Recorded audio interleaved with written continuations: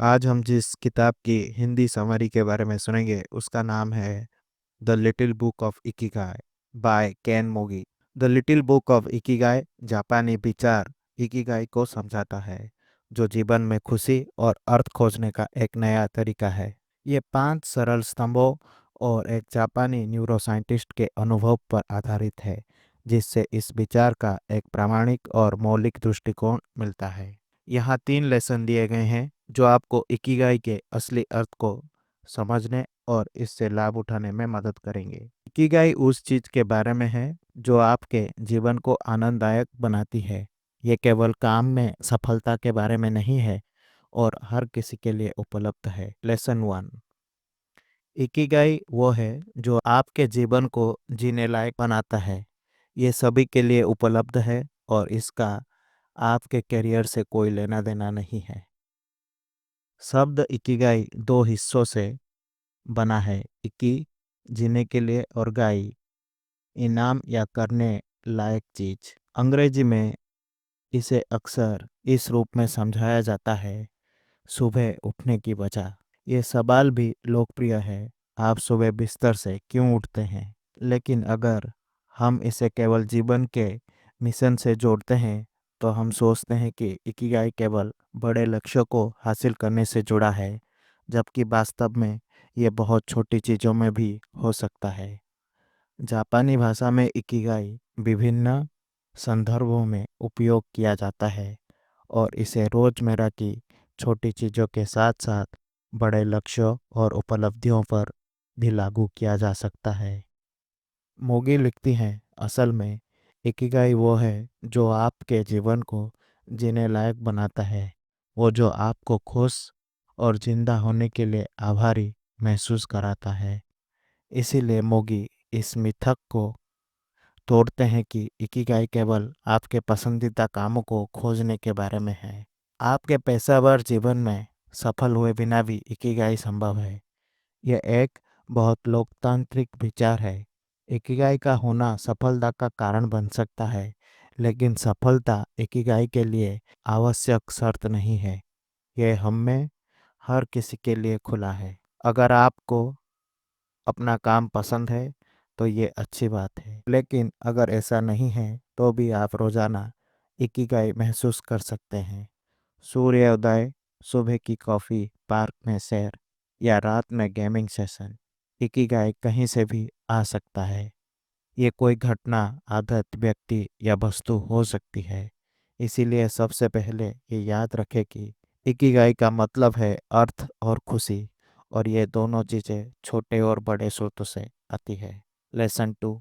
Ikigai 5 स्तंभों पर आधारित है जो समान रूप से महत्वपूर्ण है। मोगी अपने किताब में 99 वर्षीय सुशी मास्टर जीरो आनो से लेकर अपने हाई स्कूल के दिनों में ऑफिस वर्कर्स को सोगी खेलते देखने तक के कई उदाहरण देती हैं।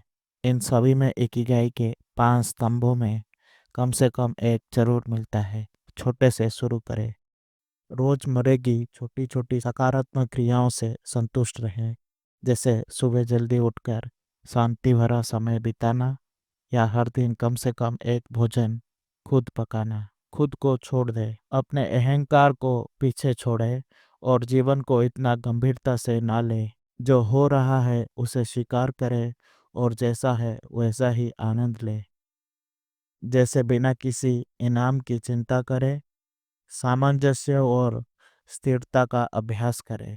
जापान में हर दिन लाखों लोग रेडियो ताइस के माध्यम से बाहर जाकर व्यायाम करते हैं, प्रकृति और समुदायों में समय बिताते हैं। छोटी छोटी चीजों में खुशी ढूंढे, अपने खाने के हर स्वाद का पूरा आनंद ले। धूप में खड़े होकर अपनी आंखें बंद करें और छोटी छोटी चीजों जैसे मुफ्त फॉर्चून कुकी या पोस्टमैन की मुस्कान के लिए आभारी रहें। अभी और यहीं में रहें, अतीत या भविष्य में खो मत जाइए। जीवन को जल्दीबाजी में मत बिताइए, वास्तविकता में रहें। फ्लो को अभ्यास करें और जल्दी निष्कर्ष पर ना पहुंचे। ध्यान भी मददगार होता है। मोगी लिखती हैं, ये स्तंभ एक दूसरे से अलग नहीं है और ना ही पूरी तरह से एग्जॉस्टिव है। इनको कोई क्रम या पदानुक्रम नहीं है, लेकिन यह समझने के लिए आवश्यक है कि इकिगाई वास्तव में क्या है। ये खुशी और अर्थ का एक व्यापक विचार है जो किसी भी स्रोत से ऊर्जा ले सकता है। लेसन 3, इकिगाई के 5 स्तंभों का बेहतरीन उदाहरण है पारंपरिक जापानी चाय समारोह। किताब में मोगी इकिगाई के कई रोचक उदाहरण देती हैं, लेकिन दो ही ऐसे हैं जो इकिगाई के सभी 5 स्तंभों को पूरा करते हैं। पारंपरिक जापानी चाय समारोह, सुमो पहलवान बनने की प्रक्रिया। चाय समारोह की बात करें तो छोटे से शुरुआत करें। चाय कक्ष की सबसे छोटी छोटी चीजें जैसे फूलों की सजावट पर ध्यान देना। खुद को छोड़ दे। चाय बनाने वाला मास्टर का अपने मेहमानों की सेवा करते समय विनम्र होना। सामंजस्य और स्थिरता का अभ्यास करें। दशकों पुराने चाय के बर्तन जो एक दूसरे के साथ खूबसूरती से मेल खाते हैं। छोटी छोटी चीजों में खुशी ढूंढे। एक साधारण चाय के कप का पूरा आनंद लेना। अभी और यहीं में रहे। इस अनुष्ठान का पूरी तरह से आनंद लेने के लिए वर्तमान में रहना बहुत बेहद जरूरी है। आखिरकार मोगी किताब में निष्कर्ष निकालते हैं, इकिगाई का सबसे बड़ा रहस्य खुद को स्वीकार करना है। अंत में इकिगाई को खोजने का कोई एक आदर्श तरीका नहीं है। हम में से हर एक को अपनी अनोखी विशेषताओं के जंगल में अपनी इकिगाई को खुद तलाशनी होगी। आशा करता हूँ कि आपको ये हिंदी समरी अच्छी लगी होगी। अगर आपको मेरी वीडियो पसंद आई तो इसे लाइक करें और शेयर करें और ऐसे वीडियोस देखने के लिए मेरे चैनल को सब्सक्राइब करें।